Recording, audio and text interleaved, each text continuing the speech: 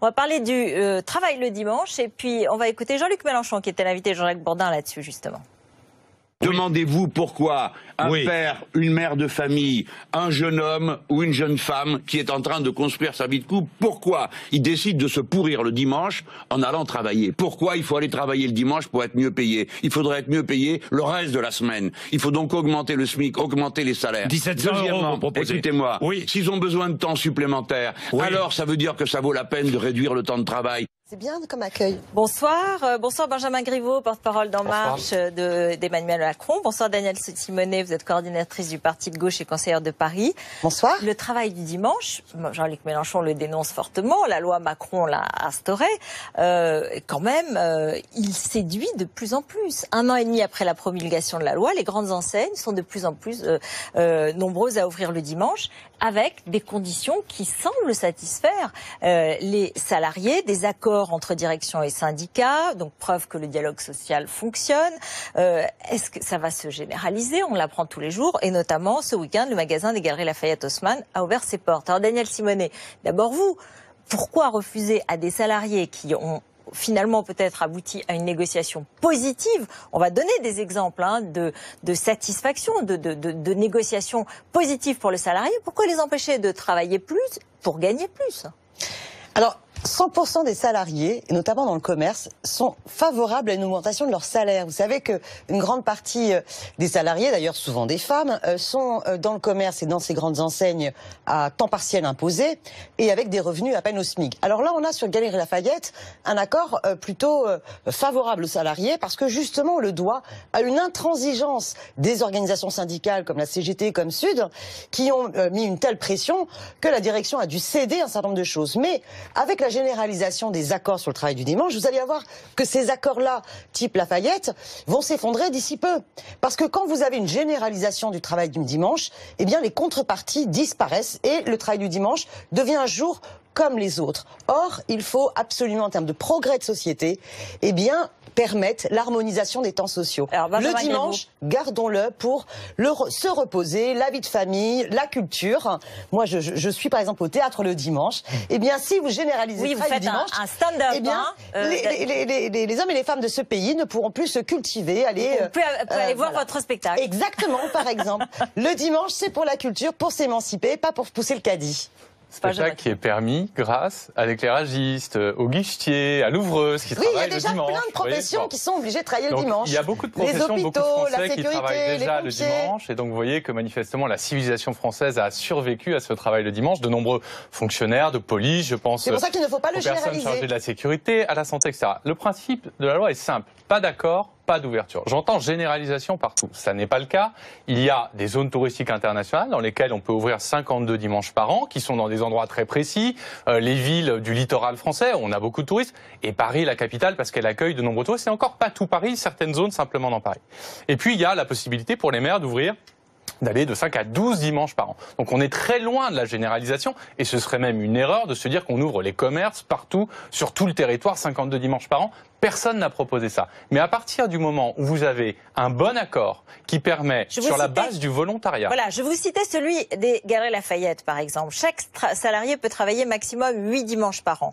En échange, il se fait payer double la journée, prendre 1 jour de repos de plus, être payé normalement et prendre 2 jours de récupération, soit ne pas être payé et récupérer 3 jours de récupération. Donc c'est c'est un accord finalement selon les personnalités, selon les nécessités, selon la majeure partie des accords ne sont pas de cette nature-là. Et vous avez même des enseignes creuses, parce que Danielle Simonet soulève un point très juste, c'est que c'est beaucoup d'un personnel féminin qui propose des questions de garde d'enfants, de ramener les gens à leur domicile, etc. Donc c'est un accord gagnant-gagnant.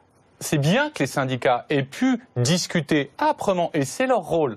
Les syndicats, ils sont bien dans l'entreprise et dans les branches. Dès qu'ils sont au niveau national, ils font de la politique et c'est pas leur rôle. En revanche, dans l'entreprise, ils ont arraché un bon accord, favorable au pouvoir d'achat et à la protection des salariés. Très franchement, je ne vois pas ce qu'il y a à redire à cela. Alors, Danielle Simonet, juste un petit exemple. Yannick Jadot a dit, si les salariés sont payés très sensiblement plus et volontaire, ça me pose pas de problème. Et Arnaud Montebourg ce matin, donnons une chance à cette loi puisqu'elle existe.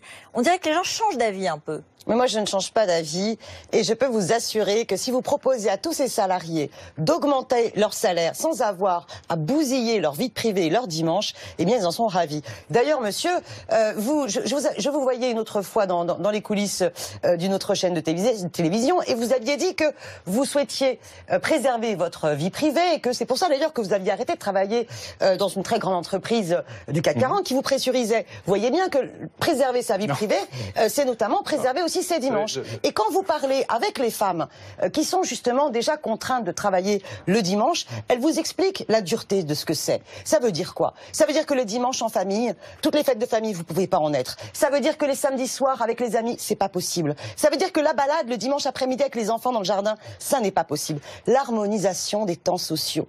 Le fait que le dimanche est une journée à part. C'est une bataille du mouvement salarié, une bataille sociale, une conquête qui a mis des années à être obtenue. Donc on la balaye pas en la banalisant. Et je vais vous donner un argument. C'est une aberration économique. Je vais vous donner quelques chiffres. L'ouverture du dimanche, c'est une augmentation de 13,6% du temps d'ouverture en plus. Or, les études montrent que les coûts fixes sur ces grands magasins d'ouvrir le dimanche, eh bien c'est des coûts fixes de 20% en plus. Donc ça n'est pas rentable. Et quand par exemple le BHV